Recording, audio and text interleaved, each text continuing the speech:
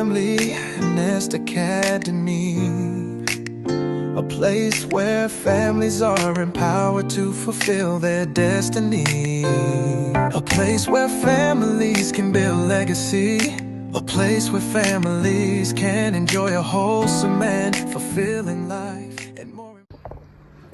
Hey, you are welcome back to our weekly family challenge. This is coming to you from the Familynestacademy, and I am your host today again, Princess Francisca Obichimeze. So this week, what are we doing? We are going to do something simple and unique, but it will be from what we are already doing in our family.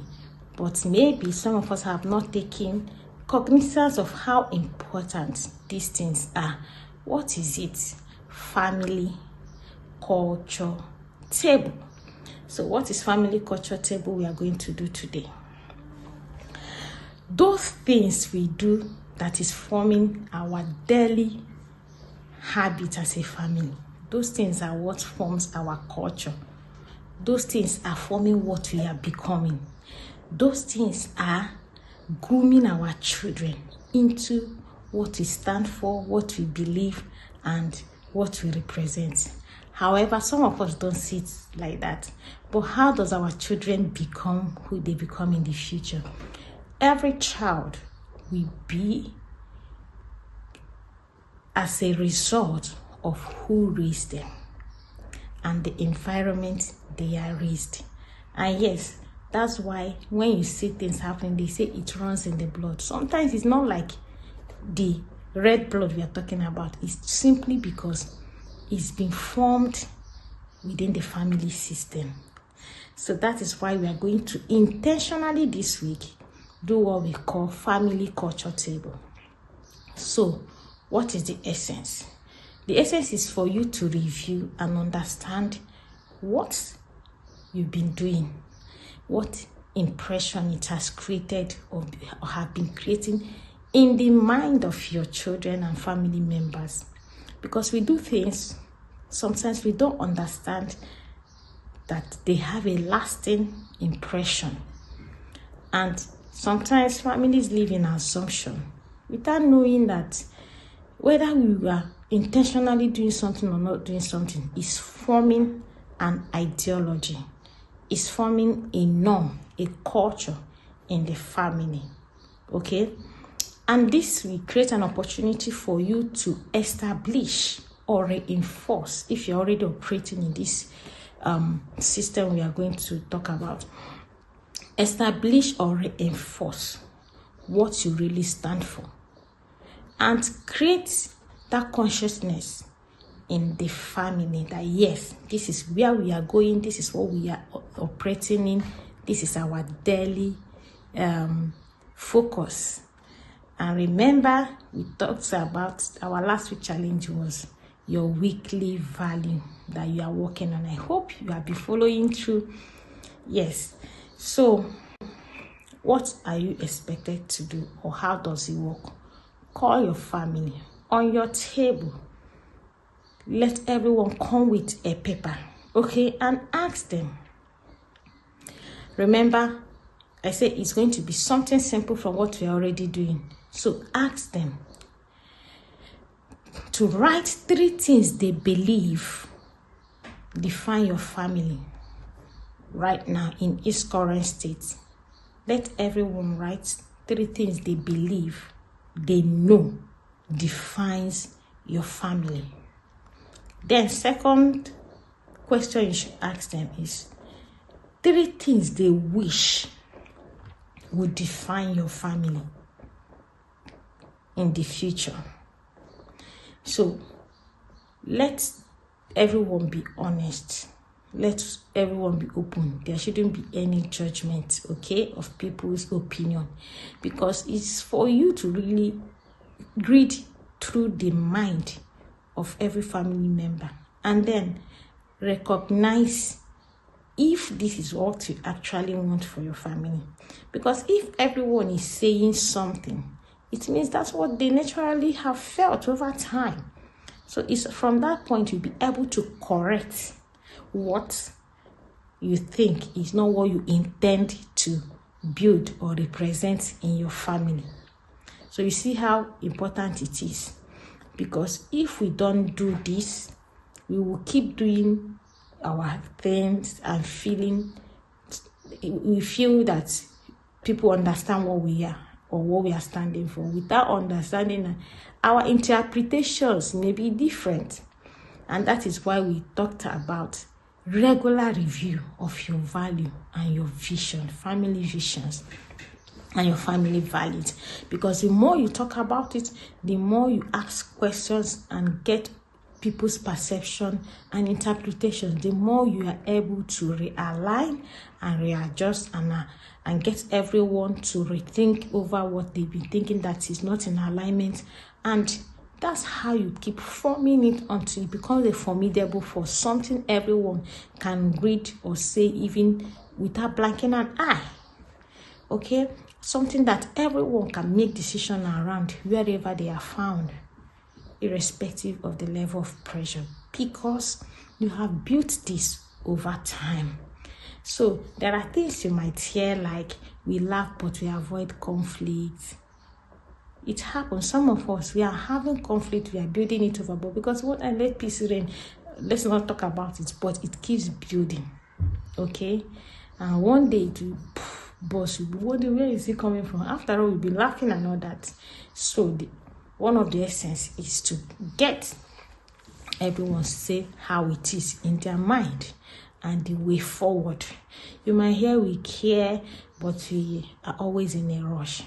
The life has become so busy. We care for one another, but is either I'm going out, my husband is coming in, children are going to school, they are coming back, we are exhausted, we just want to eat and sleep. So these are the things we should be looking out for, because they are the things that disintegrate families over time. But when we are intentional about it, it helps us to reconnect, okay, to find a way out of the whole pressure, out of the whole busy schedule, to still connect, to still bond.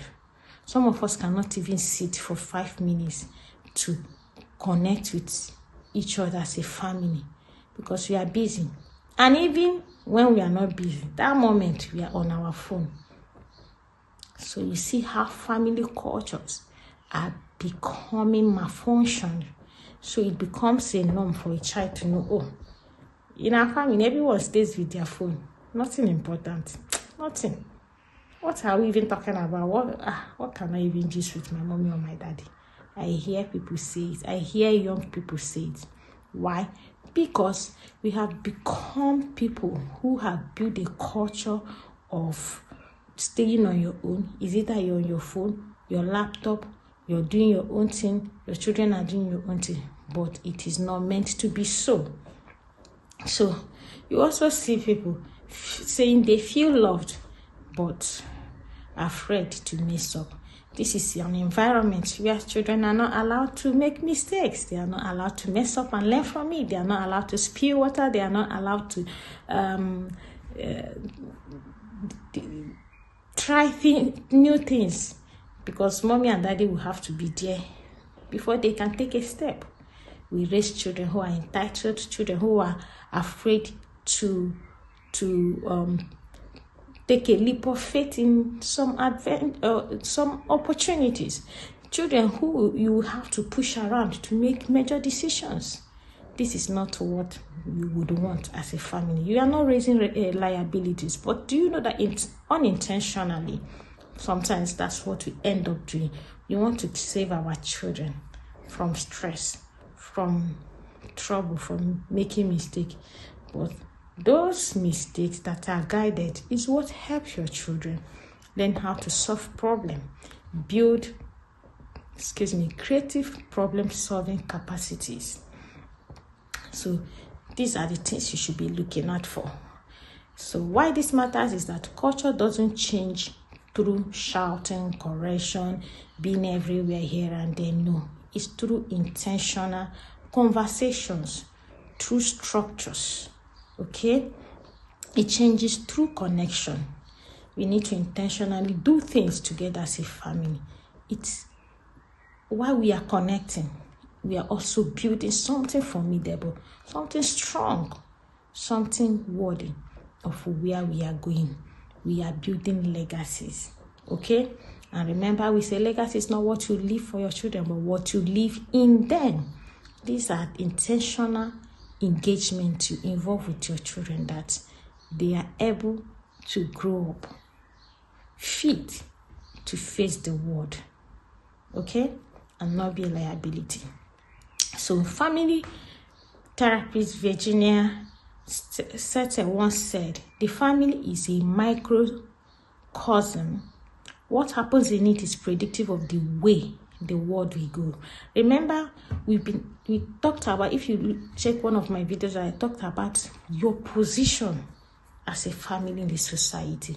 The things we are doing is a microscopic view of what we want to project in the outside world, so that we are able to contribute to restoring the peace, the glory, and the sanity of the society.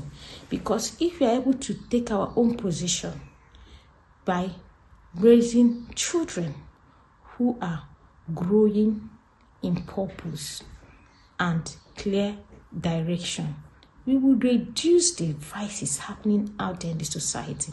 But that child must come from a home where he feels secured, well-groomed, well-trained, connected to a formidable love from the household and family, for him to be able to flourish out there in the society. So this is our target.